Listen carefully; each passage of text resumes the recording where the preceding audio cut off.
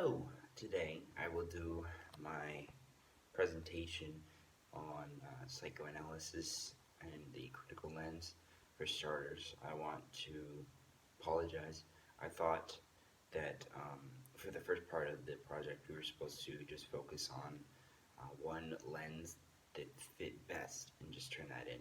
So I got that finished and I turned in all the others, but that was my fault. I apologize. That being said, um, this part that I'm doing now, the delving deeper into one specific lens, from my understanding, we're supposed to delve deeper into just the one specific lens and then turn it in as like a presentation of sorts. If I have to do, I'm going to focus on psychoanalysis, but if I have to do the three others, then as soon as I turn this in, or whenever you can get the chance to do so, just let me know, I suppose. But that being said, forgive me for any noises or anything that occur. Nobody's home right now, which is actually really good considering. But if anything happens, please forgive me. I tried to record this like yesterday, and a bunch of stuff was happening. So anyway, I will be doing my presentation on psychoanalysis. Psychoanalysis is it shows what a person is, in a sense, what their motivations are, what they want, what they need, and what they do to obtain it. It shows their potential paths and their influences. Um, it analyzes them as a character. So psychoanalysis is essentially the ability to really analyze a character and understand where this character is coming from. That being said, I chose Revenge of the Sith. Sorry, let me scoot over a little bit. I chose Revenge of the Sith for psychoanalysis. I focused mainly on Anakin because the prequel trilogy is mostly about him. But for starters, Anakin has a lot of motivations, has a lot of wounds, has a lot of fears, unresolved conflicts and desires. He's not exactly the most stable person in any sense, I would say. For starters, it delves into, before the third movie, it delves into Anakin being born a slave, living on a poor planet, being owned by a master who is not really the greatest. So he doesn't live in great conditions. He lives as a slave with his mother, and he has to gamble away his freedom. And even then, they don't take his mother. They don't free his mother as well. So from the very start, you kind of see that leaves lasting impression on Anakin as a whole. Sorry. So, in Revenge of the Sith specifically, though, Anakin is driven by anger, fear, emotional wounds, unresolved childhood trauma, as mentioned before. He worries about those around him, and he feels as if he constantly needs to be better and to improve and just to become more powerful and more able, I suppose. He is, throughout the film, also plagued by premonitions of his wife's death. For starters, the Jedi themselves are not supposed to be in relationships. They're not supposed to get married or have children or anything of the sort.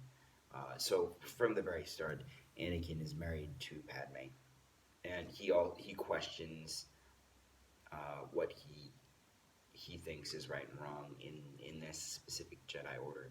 Um, so he's a little shaky on their ideals, and he has to hide his relationship.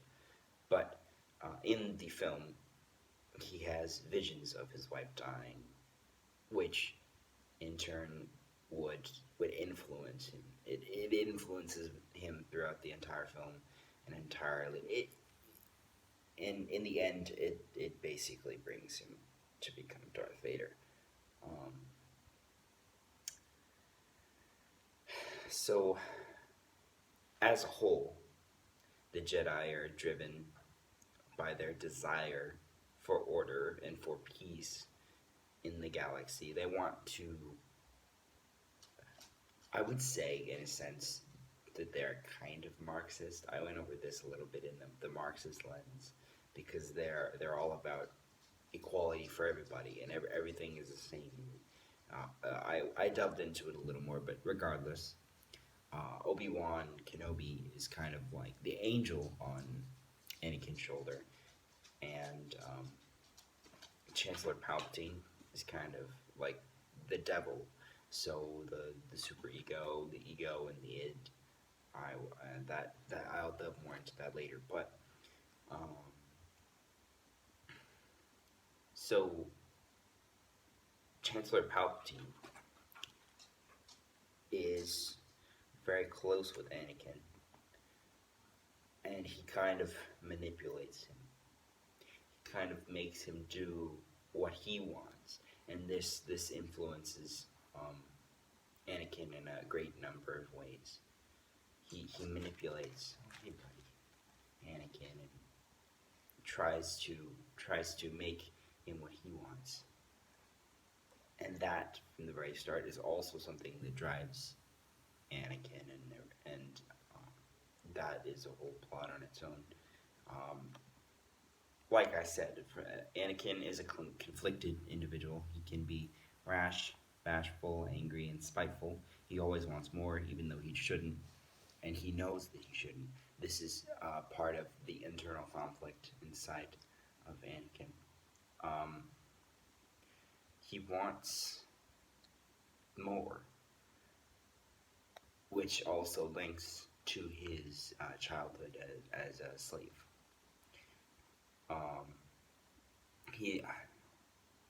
His actions in the second movie also kind of drive him to become who he is. After he comes back to Tatooine, he realizes that his mother has been freed, but also has been killed by the Sand People.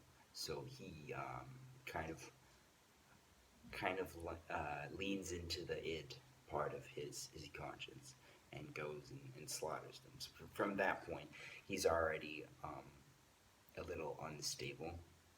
And throughout the third film, Obi-Wan and the Jedi Order are trying to do things and trying to tell Anakin how things should be done, and trying to be that angel on his shoulder and trying to steer him back. But ultimately, it leads Anakin to question himself and to question what he is and how he fits in. So, like, for instance, the id is Palpatine. He's the one manipulating. He's the one who is in the background, kind of pulling the strings, as like a puppet master of sorts. That is why he's known as the Phantom Menace from the first film. But he's kind of acting as the id. The super ego would be Obi-Wan Kenobi. He is the one who is there trying to drive Anakin and trying to make sure that he can become what he is destined to become. And then Anakin is just there observing. He is the ego. He is the one being influenced. Although there are a great many things that drive Anakin to really become Darth Vader. Like I said, Padme dying in the childbirth, having to hide his love from the Jedi Order, um, being influenced by Palpatine. Specifically, it is shown in the very beginning of the film. Palpatine is kidnapped, and they board General Grievous's ship, and they fight Count Dooku, who is holding Palpatine hostage. Obi-Wan gets knocked out, so Anakin fights Dooku on his own and incapacitates him. He holds both lightsabers, and he's trying to question what to do and how to properly carry out what is right. But then Palpatine, on the sidelines, influences and tells him to kill Dooku. And this is from the very beginning, him kind of the film itself, kind of diving into that id and kind of becoming more of Darth Vader and succumbing to that. Obi-Wan, in multiple occasions, tries to reassure Anakin and tries to keep him on the right side of things, but there are many repeating symbols and unconscious desires, fears, wounds, etc., that kind of drive Anakin. It happens over a gradual course of time. Like the Clone Wars TV show, for instance, delves into Revenge of the Sith, and he repeatedly sees those around him die, is denied by the Jedi, and just has to hide who he really is. He begins to see the Republic fail, in a sense, and he starts to fall more into that id side of things. He starts to be influenced and corrupted by his id side. So, all in all, Obi-Wan is trying to do what he can, and the Jedi Order are trying to do what they can, but in doing so, he's denied, and he's pushed down. Like, he was forced to spy on Palpatine, for instance, because they suspected that he was more than what he said he was. They brought him onto the Jedi Council and all that, and they were going to make him a master and put him on the council and give him the place that he deserved and the place that he wanted. But they put him on the council, but they don't make him a Jedi Master. That alone makes Anakin question who he is and why he's there. So throughout the film, there are shaky instances, and there are things here and there that kind of make Anakin question himself. And in the very end, it kind of pushes Anakin to become Darth Vader. And even before, like, being a slave and, like, killing Dooku and being involved in a war between two different sides, Anakin is conflicted from the very beginning.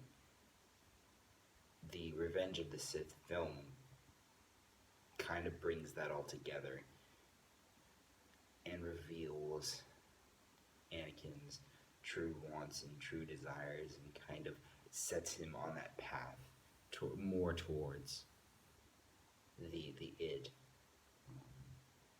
So that is also very important. I think in saying that, I know it was very scattered and kind of, I use my notes to kind of help me guide, and I tried to add a few things here and there. But I apologize for it being scattered, but I tried I think I fit everything.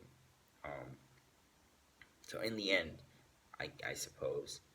Anakin wants to be more. He wants to prevent the death of his wife. He wants to do what is right, but is misguided by Palpatine, the Sith, and the id on his shoulder. So, all of these desires and all of these things are what drive Anakin to become what he becomes.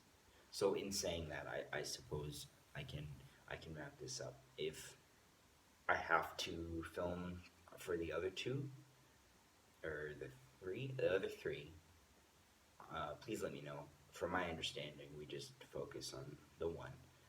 I'm sorry for it being so scattered. I thought I brought everything in. If you have anything that you want me to elaborate on or want me to talk about, please let me know. I'd be more than happy. That being said, I guess there's not really much else to talk about. Thank you very much.